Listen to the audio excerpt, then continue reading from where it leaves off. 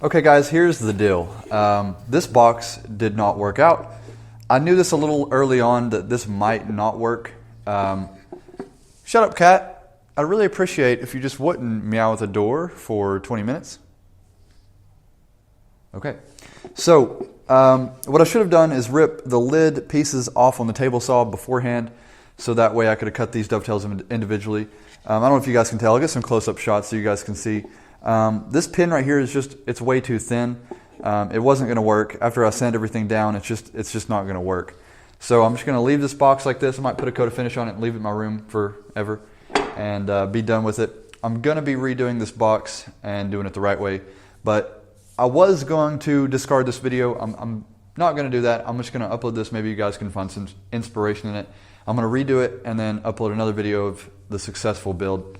So this Kumiko is just supposed to go in the lid just like this underneath here and look something like that.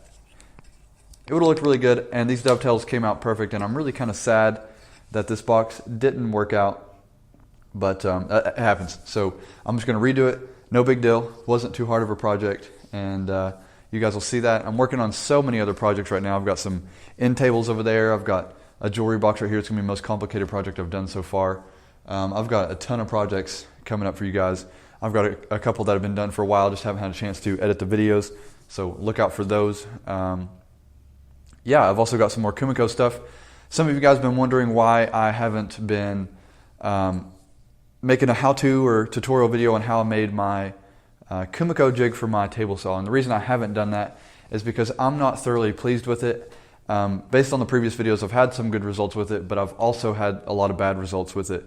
It can be really inconsistent, and that's definitely not what I want with that jig. So I'm going to kind of brainstorm a little more and see if I can't get a better design and something a little more consistent, something that I can be comfortable using that I know is going to give me good results every time. And this just isn't, and I haven't really figured out why just yet. So I'm going to go and see if I can't design something a little bit more simple that works kind of in the same way, just different and a little bit easier to set up and everything. So I will definitely be making a video about that if that is successful. So look out for that. I've got a couple more hand plane boxes that I'm going to be making, and I'm going to make some videos of those.